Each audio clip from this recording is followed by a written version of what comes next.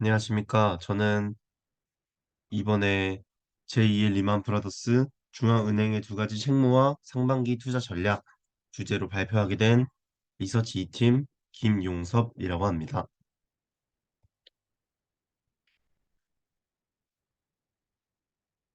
화면에 보이는 표지는 원래는 저기에 크레딧 스위스가 아니라 리만 브라더스가 적혀져 있어야 하는 원본의 사진을 합성해서 가져와 봤습니다. 어, 이거에 대한 얘기는 추후하도록 하겠습니다. 목차는 다음과 같습니다. 기본적으로 물가와 금융 안정 두 가지를 챙겨야 하는 중앙은행의 역할과 현재의 상황을 간단하게 설명하고 그 상황에서 상반기 전망, 그리고 그에 대한 투자 전략, 만약에 그 전략이 빗나갈 경우에 위험 대응 자산으로 어떤 게 좋을지 소개해 보도록 하겠습니다.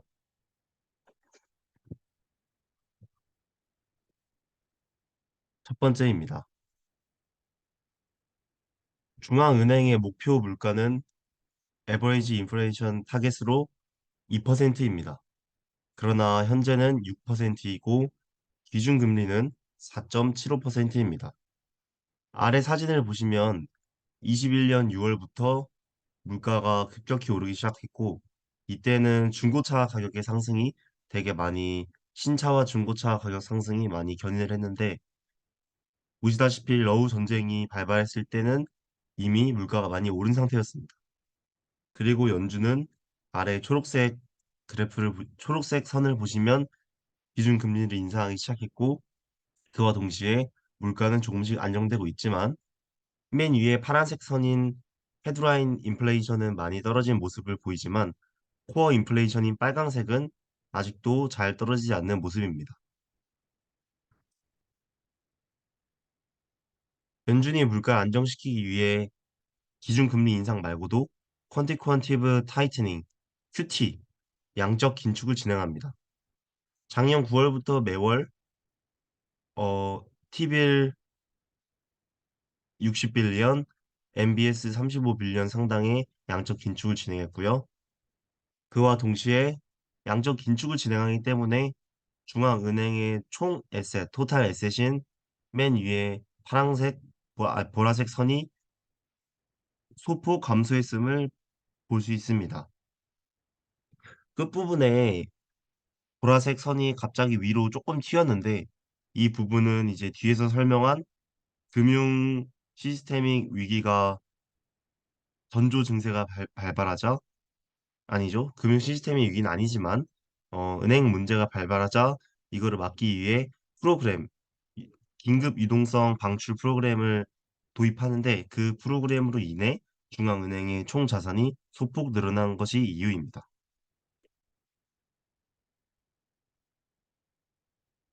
물가에 대해 구체적으로 살펴보면은 크게 푸드, 에너지, 중고차, 그리고 쉘터는 주거비입니다.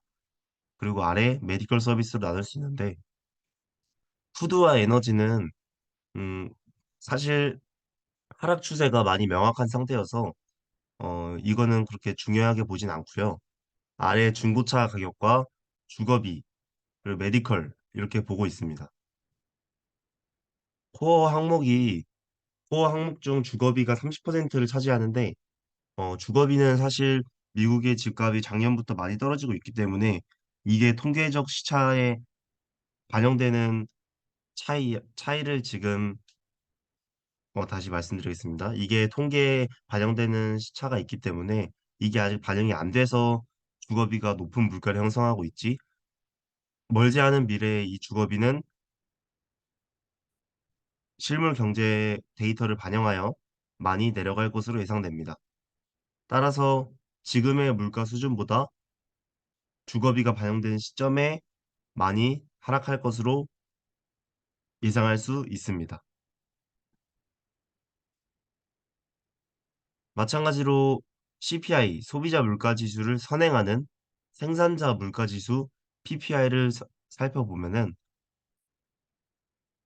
음식료가 대폭 하회했고 하락 추세 또한 명확하게 드러나고 있음을 알 수 있습니다. 다만 여기서 주의할 점은 하락 추세가 명확하지만 물가 지표는 CPI와 PPI 말고도 뭐 개인 소비 지출, Personal Consumer Expenditure라든가 또 다른 여러 가지 기대 인플레이션이라든가 그런 여러 가지 지표를 봐야 되는데 이것만 봤을 때 물가가 하락 추세다라고 명확히 말할 수는 없지만 전반적으로 봤을 때 물- 긴축의 효과는 잘 진행되고 있다 정도로 생각을 할 수 있으면 좋을 것 같습니다. 두 번째, 금융 안정입니다. 최근 실리콘밸리 은행이 파산 직전에 놓이면서 되게 이슈가 됐는데요. 그 배경을 잠깐 살펴보면 고객의 예금을 실리콘밸리 은행이 채권을 사서 보유했는데 그 채권이 중앙은행의 기준금리 인상으로 평가 손실이 발생하고 이걸로 긴급하게 유상증자를 실시했으나 고객들은 은행이 유상증자를 한다는 거에 대한 불안감에 급히 예금 인출을 시작했고 그런 예금 인출은 뱅크런이라고도 말할 수 있으며 보유 중인 이미 부채 내 돈은 채권에 다 묶여 있는데 갑자기 고객들이 예금을 빼달라고 하니까 그 묶여 있는 손실 중인 채권을 실현 손익으로 바꿔버리고 그로 인해 뱅크런이 발생하여 파산 직전에 놓이게 되었습니다. 하지만 이는 연준과 재무부 FDIC가 예금 전액 보증을 발표하면서 사태를 마무리 짓고 지었습니다. 다음은 크레딧 스위스의 사례입니다. 사실 크레딧 스위스는 작년 말부터 뱅크런 조짐이 보였고요. 실리콘밸리 은행으로 다시 은행 건전성 문제가 재부상하였고 여기서 최대 주주가 투자 중지를 발표해서 CDS 프리미엄이 급격히 올라가기 시작합니다. 사실 CDS 프리미엄은 작년부터 많이 오르는 추세를 보여줬지만 이번에는 그 추세가 상당히 거셌습니다. 그래서 스위스 중앙은행이 긴급 자금을 대주기로 했고요. UBS 그룹이 결국 인수를 확정짓게 되었습니다. 인수가액은 4.3조 달러로 기억하고 있습니다. 아니죠? 그냥 4.3조로 기억하고 있습니다. 한화로. 그럼 연준은 이 금융 시스테믹과 관련될지도 모르는 이런 사건에 대해서 어떻게 대응했냐라고 봤을 때 BTFP라는 제도를 도입합니다. 아까 실리콘밸리 은행이 뱅크런으로 이어지게 된 계기가 고객의 예금으로 채권에 투자했는데 그 채권이 기준금리 인상으로 평가 손실이 발생하여 그 평가 손실이 실현 손익으로 바뀜으로써 뱅크런이 발생했다고 말씀드렸습니다. 그럼 문제는 뭐냐? 평가 손실인 평가 손실 채권을 보유 중인 은행들은 실리콘밸리 말고도 엄청 많을 것이고 문제는 그 평가 손실을 실현 손실로 바꿔주지 않으면 괜찮다는 말입니다. 연준의 이 제도는 평가 손실을 실현 손실로 바꾸지 않을 수 있는 임시 반창고 같은 제도입니다. 내용은 이렇게 살펴보시면 될 것 같습니다. 실리콘밸리 은행, 퍼스트 리퍼블릭 은행, 그리고 시그니처 뱅크 등등 지금 많은 은행들이 어, 사실상 파산에 놓이게 되었는데요. 최근 주가도 많이 떨어졌고 은행의 위기가 되게 커진다고 사람들이 얘기를 하지만 아직 봤을 때는 리먼 브라더스 08년도 금융위기와 같은 상황은 아니라고 봅니다. 왜냐하면 근본적으로 리먼 브라더스 금융위기는 파생 상품과 자산 버블에 의한 신용위기로 이어지게 된 것이고요.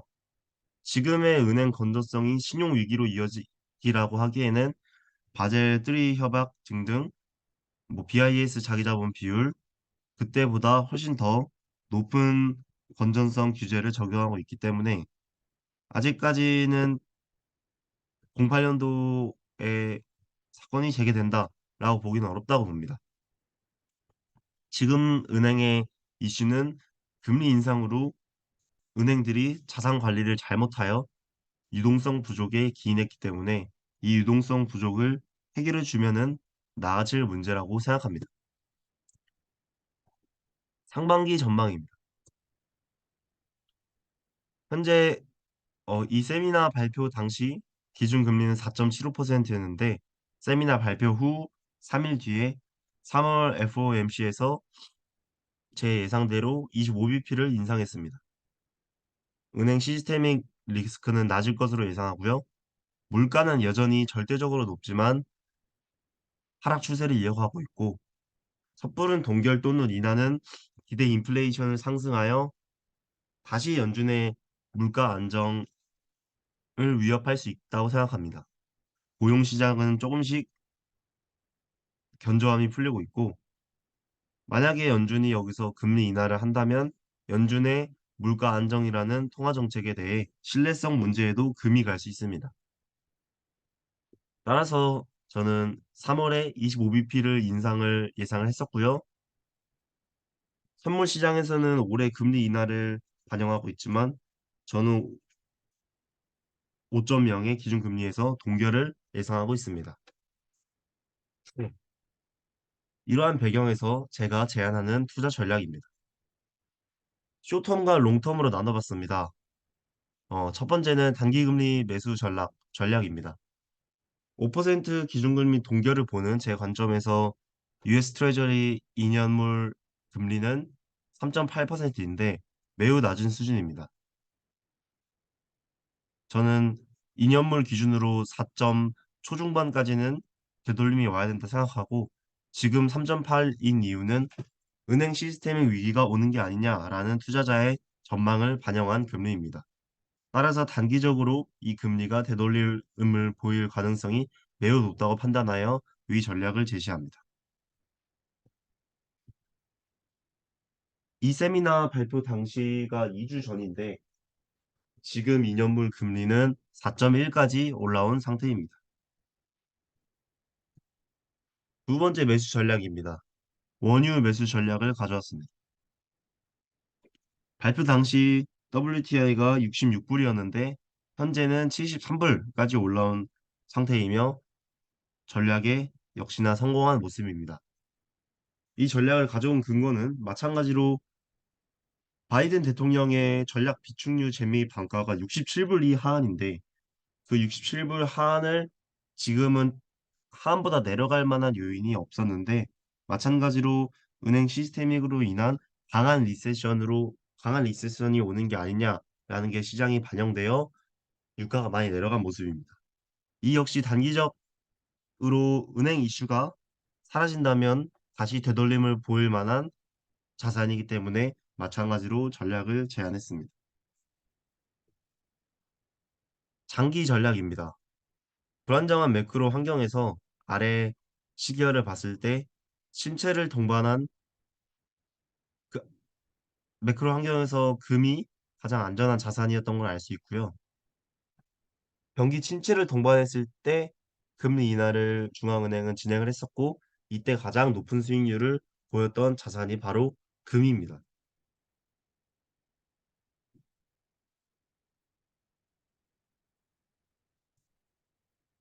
다음으로는 만약에 뱅크런의 사태가 크레딧 스위스 말고도 또 발생한다던가 실제로 발표 이후 도이체방크의 CDS가 폭등하면서 다시 한번 은행 이슈를 가져다 주었지만 결과적으로는 이 이슈 역시 그렇게 크게 작용하진 않았습니다.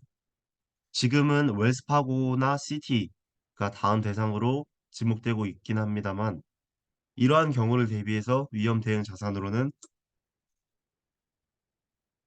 미 국채가 가장 안정적인 자산으로 생각합니다. 현재 주가 지수에 투자하기에는 ERP가 낮은 편이고 높은 멀티플을 받고 있기 때문에 증시는 고평가라고 볼 수 있습니다. 여기서 다시 한번 은행 이슈가 부각될 경우 높은 멀티플은 낮은 ERP로 회귀하게 되어 낮은 ERP와 낮은 멀티플을 받으며 증시가 또 한번 크게 조정을 받을 수 있기 때문에 주가 지수는 투자하기 부담스러운 구간이라고 생각하여 이 부분은 고려하면 안 된다고 생각을 하고 미국 국채가 가장 매력적인 자산으로 생각합니다. 아래 사진은 지금과 상황이 유사하다고 할 수 있는 08년도에 S&P 500 주가지수, 10년물 채권, 골드, 금 이렇게 수익률을 비교한 차트인데 시스테믹 위기가 발생 시 국채와 금이 가장 높은 상승률을 보여준 것을 볼 수 있습니다. 이상 여기까지 발표 마치도록 하겠습니다. 감사합니다.